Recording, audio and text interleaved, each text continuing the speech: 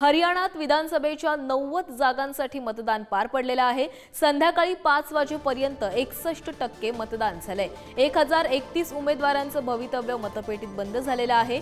Congress, Bhajpa, JJP, आप मध्ये सामना होत आहे।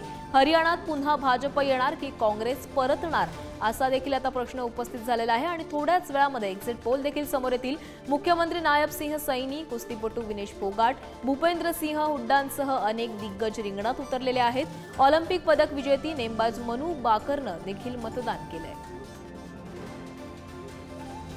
तर हरियाणा विधानसभेच्या 90 जागांसाठी मतदान पार पडतंय आणि संध्याकाळी 5 वाजेपर्यंत 61% मतदान झालेलं आहे आणि दिग्गज नेते या निवडणुकीमध्ये उतरलेले आहेत। त्यामुळे भाजपची सत्ता येणार की काँग्रेसची याकडे सगळ्यांचं लक्ष लागलेलं आहे। थोड्याच वेळात याचे एक्झिट पोल देखील समोर येतील, त्यामुळे अंदाज लावले जाणार आहेत। तर या संदर्भातील अधिक माहिती घेऊयात आमचे प्रतिनिधी शिवाजी काळे यांच्याकडून। शिवाजी, हरियाणामध्ये 61% मतदान झालेले आहे, काय सध्याचं चित्र दिसतंय?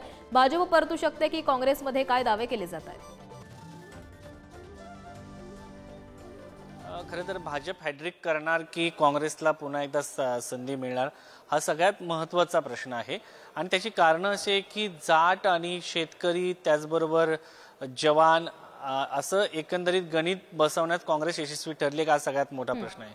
कारण शेवटच्या टप्प्यामध्ये ज्या पद्धतीने कुमारी शैलजाची नाराजी भाजपच्या पथ्यावरती पडल्याचं समजतंय, त्यामुळं जी सहजासहजी काँग्रेस जिंकेल अशी शक्यता व्यक्त केली जात होती। मात्र ऐन मुवमेंटला जाट आणि दलित असं समीकरण घेऊन काँग्रेस निवडणुकीला सामोरं जात असताना ऐन कुमारी शैलजा नाराज झाल्या आणि त्यानंतर कुमारी शैलजा यांना थेट भाजपचे नेते ऑफर द्यायला लागले। असं उघडत असताना शेवटच्या टप्प्यामध्ये काँग्रेसला ही बाब लक्षात आल्यानंतर त्यांनी दलित चेहरा भाजपचा अशोक तंवर यांनाच पक्षामध्ये घेतलं।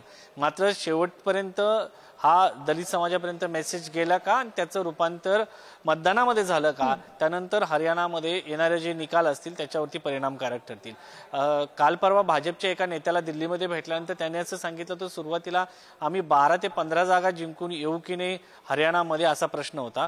मात्र आता आम्ही परिस्थिती सुधारलेली आहे आणि 40 ते 50 जागावरती आम्ही सहज निवडून येऊ कुमारी शैलजा यांच्या नाराजीमुळे, असं त्यांनी दावा केला होता। त्यामुळे आता कुमारी शैलजा यांचा नाराजीमुळे निवडणुकीमध्ये मतांचा मध्ये खरंच फरक पाहायला मिळतोय का दलित समाजाचा, हा सगळ्यात महत्त्वाचा प्रश्न आहे। कारण लोकसभा निवडणुकीमध्ये जाट समाजाची त्याचबरोबर दलित समाजाने एकंदरीत पाहिलं तर एकूण मतदानाच्या जवळजवळ 25% मतं दलित समाजाने दिली होती असा दावा तज्ज्ञ करतात। त्यामुळं दलित आणि जाट असं एकंदरीत त्यांचं समीकरण असतं आणि काँग्रेस हा एकमेव पक्ष आहे की या ठिकाणी जाट समाजाला मुख्यमंत्री पद देतो। मात्र इकडे जर पाहिलं तर भाजप जे आहे सातत्यानं जाट इतर मुख्यमंत्री पद देत असतो, त्यामुळे ओबीसी वरती त्यांचा जो मतदार आहे त्याच्यावरती ते अवलंबून असतील असं पाहायला मिळतंय। आता जर पाहिलं तर हरियाणाच्या सगळ्या विधानसभा निवडणुकीमध्ये 3 ते 4 महत्त्वाचे मुद्दे होते। एक म्हणजे पहिला शेतकरी आंदोलन, त्यामध्ये कंगना राणावत यांनी केलेलं वक्तव्य, या सगळ्यामुळं शेतकरी वर्ग पुन्हा एकदा नाराज झाला।